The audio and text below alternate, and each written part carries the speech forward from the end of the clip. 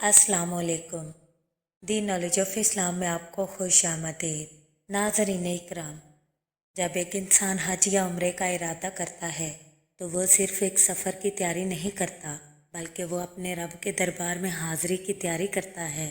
ये वो लम्हा होता है जब ज़मीन पर चलता हुआ इंसान आसमानों की तरफ रजू करता है और अपने रब को पुकारने की तैयारी करता है।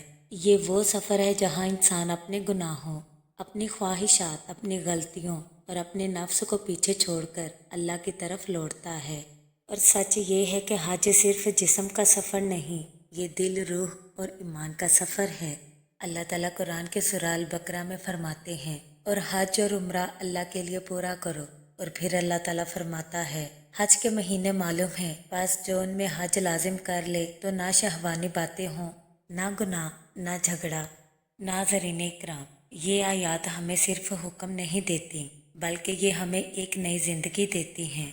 जब इंसान एहराम बांध लेता है तो वो आम इंसान नहीं रहता, वो अल्लाह का मेहमान बन जाता है। उसके कपड़े बदल जाते हैं, उसकी पहचान बदल जाती है, उसकी ज़ुबान बदल जाती है और उसका दिल बदलने लगता है। यही वजह है कि एहराम की हालत में झगड़ा नहीं, गुनाह नहीं, शहवत वाली बात नहीं और मियाँ बीवी का ख़ास ताल्लुक भी नहीं होना चाहिए, क्योंकि इंसान को सिखाया जाता है कि मैं अपनी ख्वाहिश नहीं बल्कि अपने रब की मर्ज़ी पर चलूँगा। ज़रा सोचिए, जब एक इंसान लाखों लोगों में खड़ा होकर ये ऐलान करता है, लब्बैक अल्लाहुम्मा लब्बैक, तो वो असल में कह रहा होता है, या अल्लाह, मैं सब कुछ छोड़कर तेरे पास आ चुका हूँ। और फिर वो इंसान अपने रब के सामने खड़ा होकर रोता है, ऐसे रोता है जैसे उसके अंदर का बोझ टूट रहा हो। और वो आंसू सिर्फ आंखों से नहीं गिरते, वो दिल की सफाई होते हैं।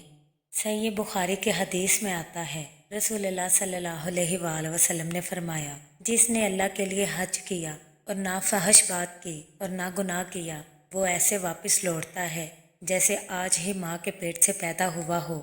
सोचिए, एक इंसान पूरे गुनाहों का बोझ लेकर जाता है और वापस ऐसे आता है जैसे उसने कभी गुनाह किया ही नहीं। ये अल्लाह की रहमत है, ये अल्लाह की मगफिरत है। दोस्तों, असल हज काबा पहुंचना नहीं, असल हज ये है कि दिल में तकब्बुर ना रहे, ज़ुबान में झूठ ना रहे, आँख में हराम ना रहे और दिल में सिर्फ अल्लाह रहे। अगर दिल नहीं बदला तो सफ़र सिर्फ सफ़र है, और अगर दिल बदल गया तो ये ज़िंदगी बदल देने वाला सफ़र है। आज हम हज के लिए जाते हैं, लेकिन क्या हम वापस वैसे आते हैं जैसे आना चाहिए? क्या हमारे घर बदलते हैं? क्या हमारी आदतें बदलती हैं? क्या हमारी नमाज बदलती है? क्या हमारा दिल बदलता है? अगर नहीं, तो हमें दोबारा सोचने की ज़रूरत है। आज अगर आप भी हज या उम्रा की तैयारी कर रहे हैं तो अपने दिल को भी पाक करें, अपनी ज़ुबान को भी पाक करें, अपनी निगाहों को भी पाक करें और अपनी नीयत को भी खालिस रखें, क्योंकि अल्लाह सिर्फ लिबास नहीं देखता, अल्लाह दिल देखता है।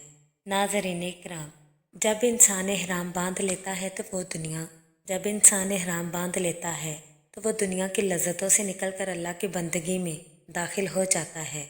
इसीलिए एहराम की हालत में मियाँ बीवी का ताल्लुक भी मना कर दिया गया, ताकि बंदा मुकम्मल तौर पर अल्लाह की तरफ मतवज्जे हो जाए। अल्लाह ताला से दुआ है कि जो जो इंसान हज के लिए गया है, अल्लाह ताला सब के हज को कबूल फरमाए, हम सब के गुनाह माफ़ फरमाए, हमारी ज़िंदगियों को बदल दे और हमें अपने घर की सच्ची मोहब्बत अता फरमाए। आमीन। सब्सक्राइब